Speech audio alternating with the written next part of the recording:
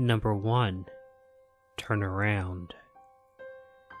This happened when I was out with some friends of mine off the coast of Washington. My friend Todd had a really cool boat. I honestly don't know enough about boats to tell you what kind of boat it was, or what you would even call it, but it was a decent-sized boat.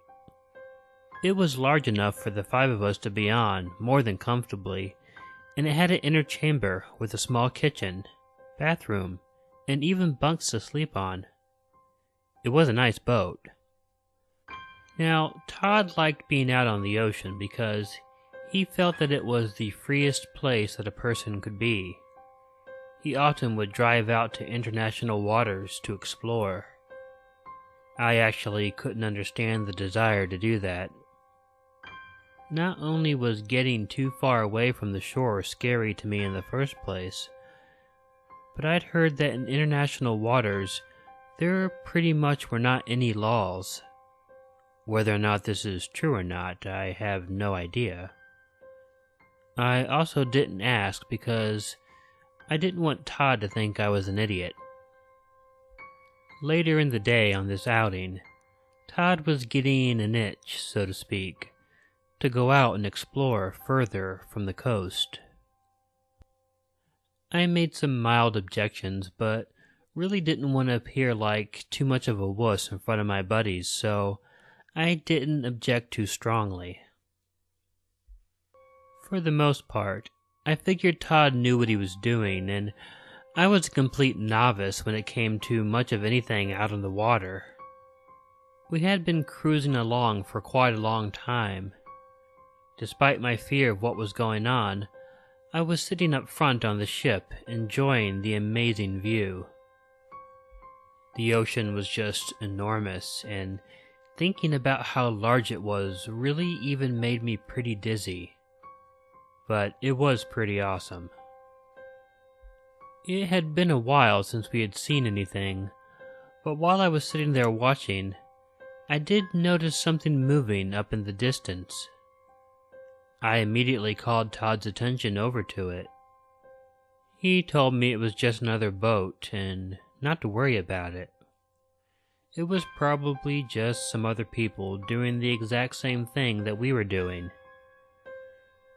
He then, though, had the genius idea that it would be a good idea to go up and see what they were up to.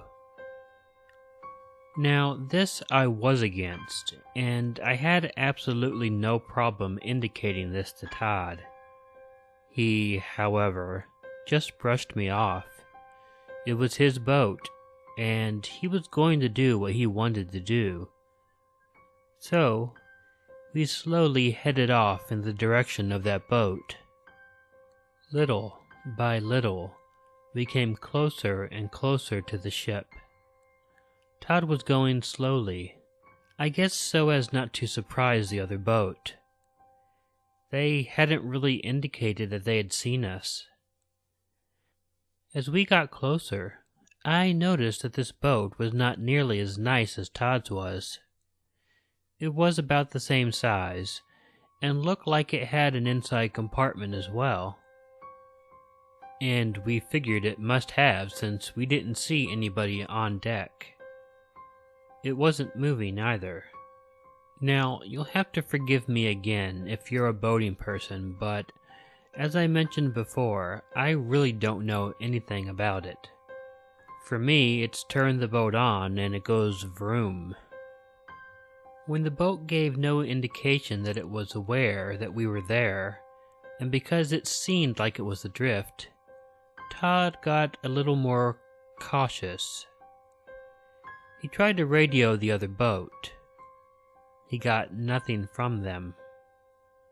Todd was worried that something might be wrong, so we approached the boat slowly. He had to keep a decent distance from it though, because the last thing any of us wanted was a collision. But Todd knew what he was doing, and he maneuvered us closer to the boat. I have to admit, this was a bit of a rush. I was worried that something bad had happened to whomever was in the boat. but the mystery of it was still very exciting. When we were very, very close to the boat, where we could have communicated as if someone was there, I noticed some movement on the boat. Suddenly, a very short man, I'd come right out and say a dwarf actually, but I really don't want to offend anyone, came running out on deck. He was the gnarliest looking man. He was dressed in ragged clothes, had a long and scraggly beard, and he only had one freaking arm. He was holding a knife in that hand, and it was obviously covered in blood. The little man began screaming at us in a nasty little voice. "Come closer, you motherfucker, so I can slice you up!" he screamed at us. He yelled some other obscenities too. Alarmed, I jumped back. When I did, I saw another man come on deck. He was much larger than the small man, and he was carrying a gun.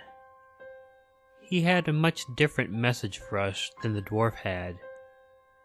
The large man looked at us and simply commanded, "Turn the fuck around." The dwarf ran over to the wheel and started the engine, looking over at Todd as he did so.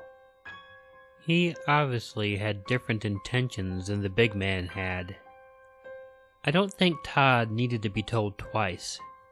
He got back in and turned the boat around, and we took off.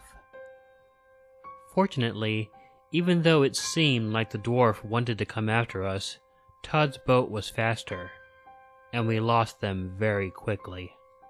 He didn't slow down until the boat was completely out of sight, and we saw land again. I'm not really sure what to think about what happened. Todd was freaked out, but he later told me he thought it might have been a joke. I was shocked, and I asked him how he had come to that conclusion. He then told me if he had looked like a pirate, and was in a boat in the middle of nowhere, and had seen a group of people like us, he would have played a similar prank. I don't know. It scared the crap out of me, though.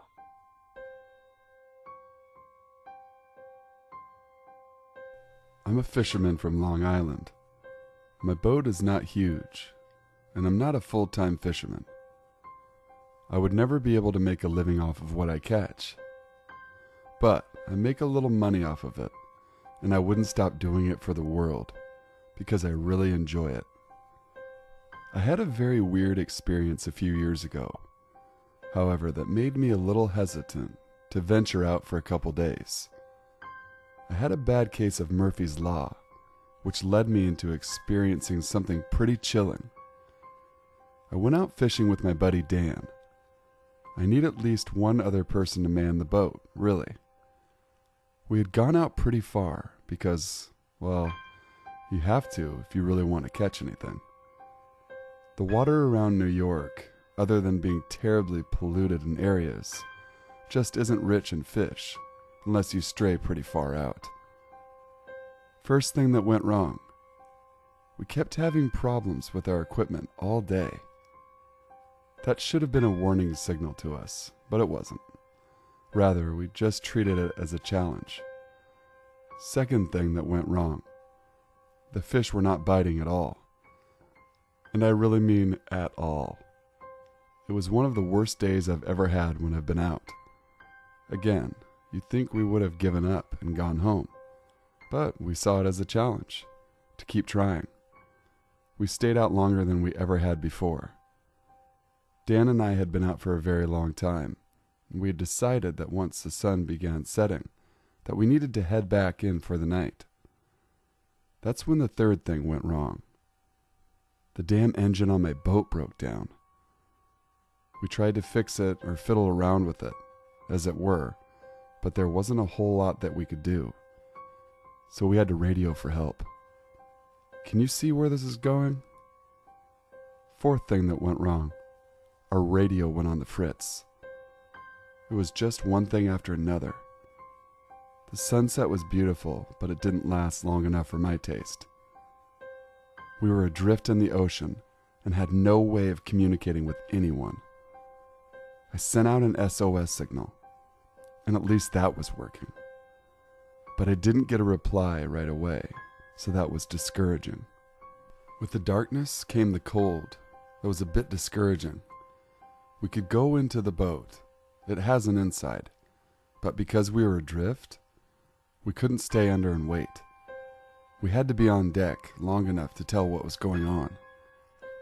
We didn't need a big ship to come along or a small, less friendly boat without us knowing it. Plus, the possibility of hitting something was terrifying, too. At one point, though, when it was really cold, Dan and I both went below deck just to get warmed up for a few minutes. My lights were working fine, thank God. And we seemed to be pretty open water. So we took the time to go ahead and spend a few moments together keeping warm. About 5 minutes passed, and then something happened. My boat shook, and there was a loud noise, as if we had hit something. I immediately cursed myself for staying below deck for too long, because of course, that is what I thought would happen. The cracking sound and the reverberation of the hit wasn't severe, so it was likely just something like a buoy. But even a buoy could cause enough damage to sink a smaller boat. Even worse though, if something could have been worse, after the supposed collision sound, the lights in the boat and on deck all went off. If you've never experienced pitch dark away from the city, you won't be able to understand what happened. But it was dark, completely dark. Dan and I immediately got up and we knocked some things over. Fortunately, though, we were able to find the flashlight with much trouble.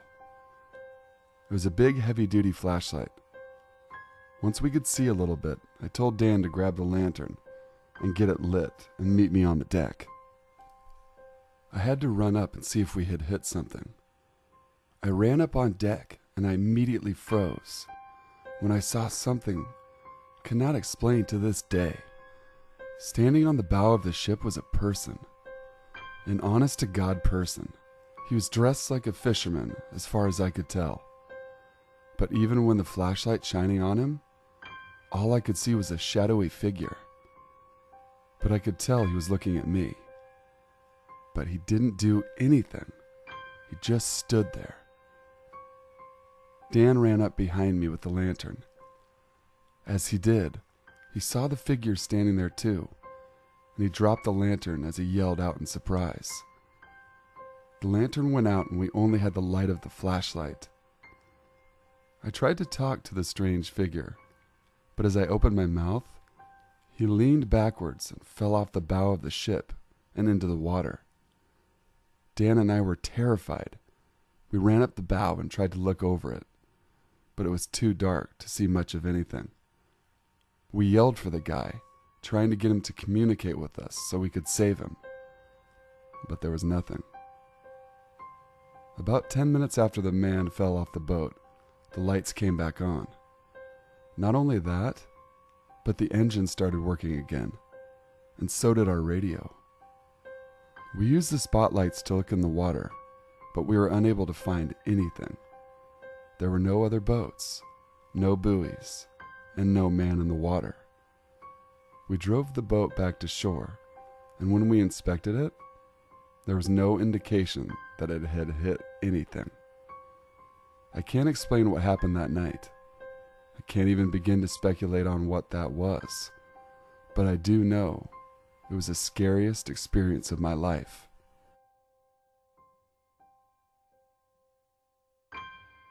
Number 3. The Unknown. I don't really know if people who read this story will find it particularly scary, but it was pretty terrifying when it happened. I guess all I can ask is that you use your imagination and try to see what it would be like if this happened to you on a boat in the ocean. I have a decent-sized boat, not very large. It was actually a small fishing vessel, but I've never used it for that. I basically bought it because it was pretty cheap, and it served my purposes. My purposes being, I just wanted to be able to spend time out on the ocean with my wife. My wife and I were out one evening, and decided to stay out after dark. This was in the Atlantic Ocean. I'm sorry for not mentioning that beforehand.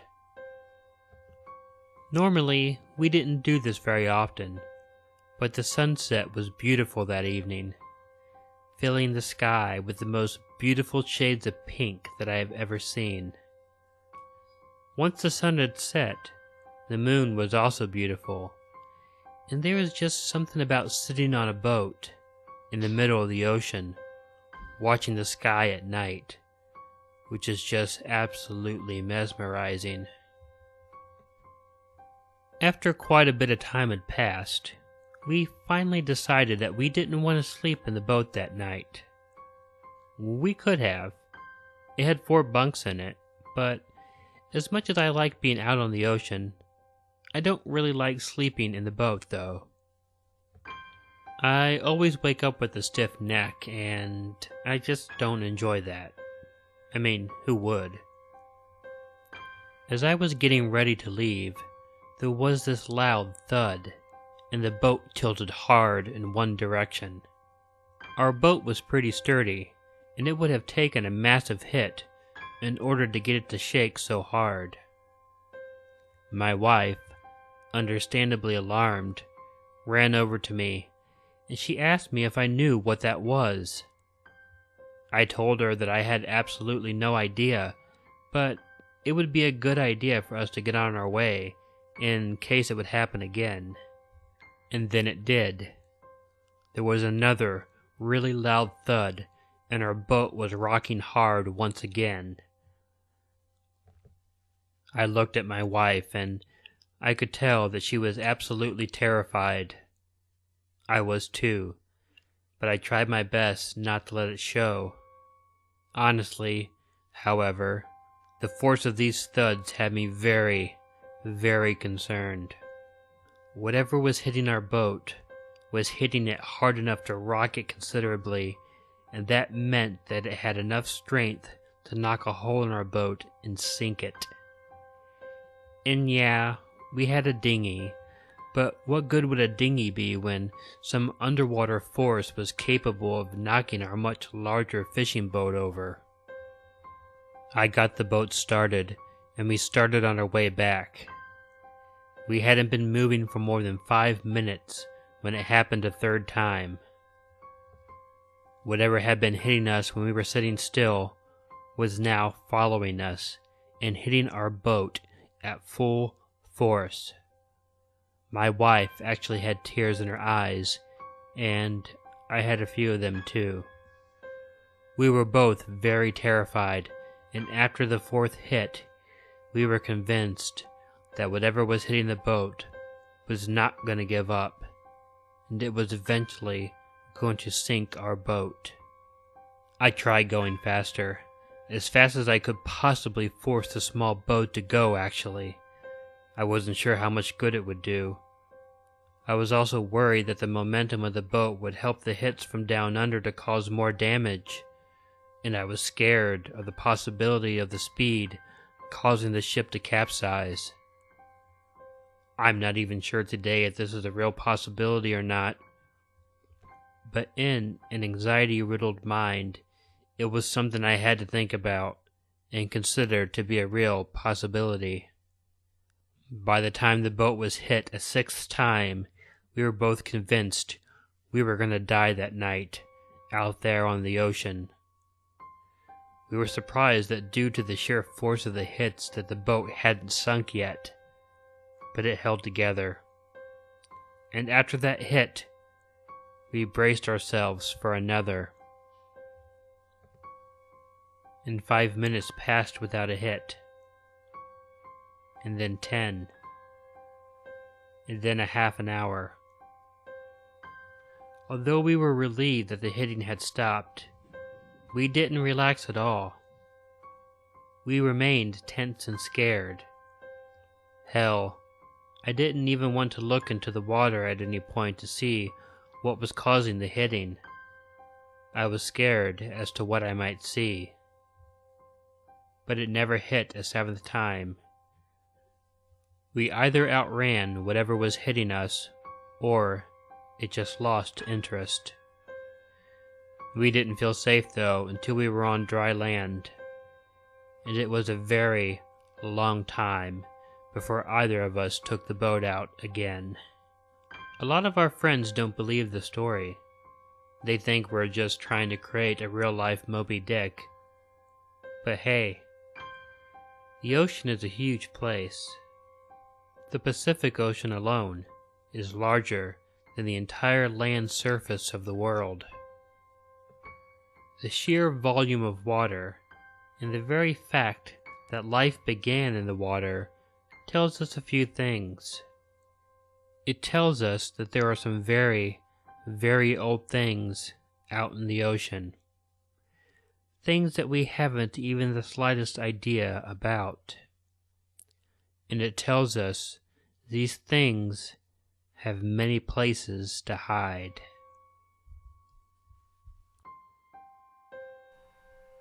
I think the scariest thing about the ocean is how much happens out there without you knowing, and without consequence. That might not take too much sense, but it will make sense after you hear this story of what happened to me. I was out in my boat with a couple of friends, Joe, Wendy, and Tom. We were out having a pretty good day, just enjoying the water.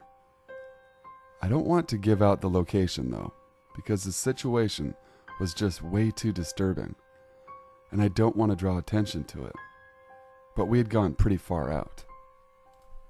Normally we wouldn't stay out too long after dark, but we were having a good time, drinking, telling stories, and the sky was just so clear and beautiful. If you've never seen the clear sky at night out on the ocean, then I hope you get the chance to sometime. When we were out, we were up on deck when a flash of light caught our eye. Tom went over to the side of the boat and shined one of the lights in the direction of the flash that we had seen. When he did, we saw something that really surprised us. There was a much smaller boat out there. I mean, this was a really small boat, like a personal motorboat that we would never expect people to be using in more shallow water. It was quite a surprise to see a tiny boat out.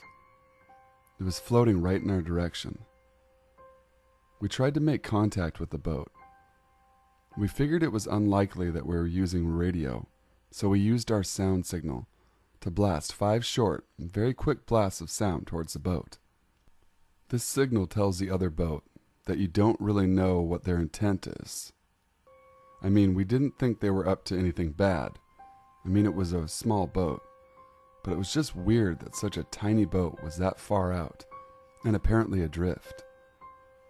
There was no response from the boat at all. We talked about what we should do. Wendy suggested we should just leave it because whoever it was must have been up to something shady. But Tom and I didn't think that would really be a problem. Joe wanted to approach the boat, and although I was a bit nervous about the idea, I told him that if we kept our distance, we could try to get a little closer look at it. So, we slowly started to approach the little boat.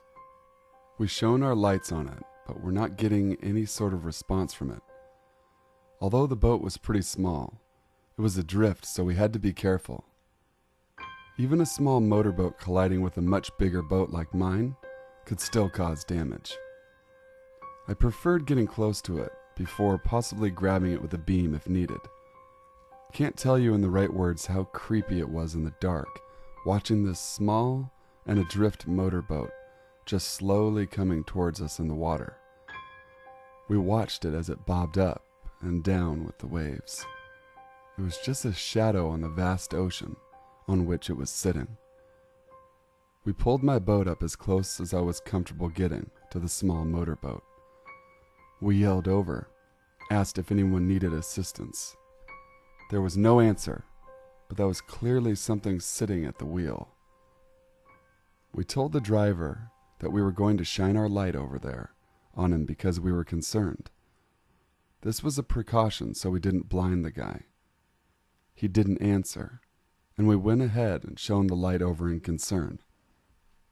And when we did, we realized that there was no way that the lights could have hurt his eyes. He didn't have any eyes. All this man had were 2 empty eye sockets, coated with dry and crusty blood. He was obviously dead, too. Wendy wanted to just leave and get out of there as quickly as possible, but I couldn't leave a guy dead out on the ocean that way.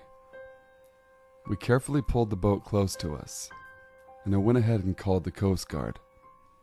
It took a little while, but they came out and got the boat and took us in for some questioning. They were fine with us, not accusing us, but also not telling us much of anything either.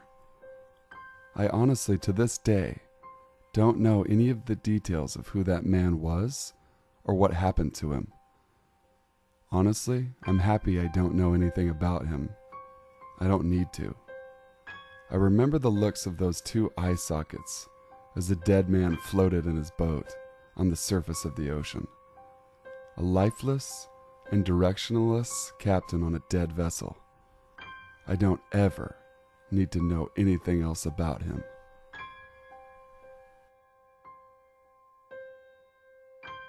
Hey guys, Sinful here. Thanks for watching. Make sure to like, comment, share, and subscribe to join the Sinful Nation. And I want to throw a big thank you out to Killer Orange Cat, who really made this collaboration that we did together possible. He's such a great guy and really a great friend. So, enjoyed working with him. Can't wait to do more work with him in the future. So make sure to check his channel out, guys. He's one of the best out there. So, until next time, stay sinful.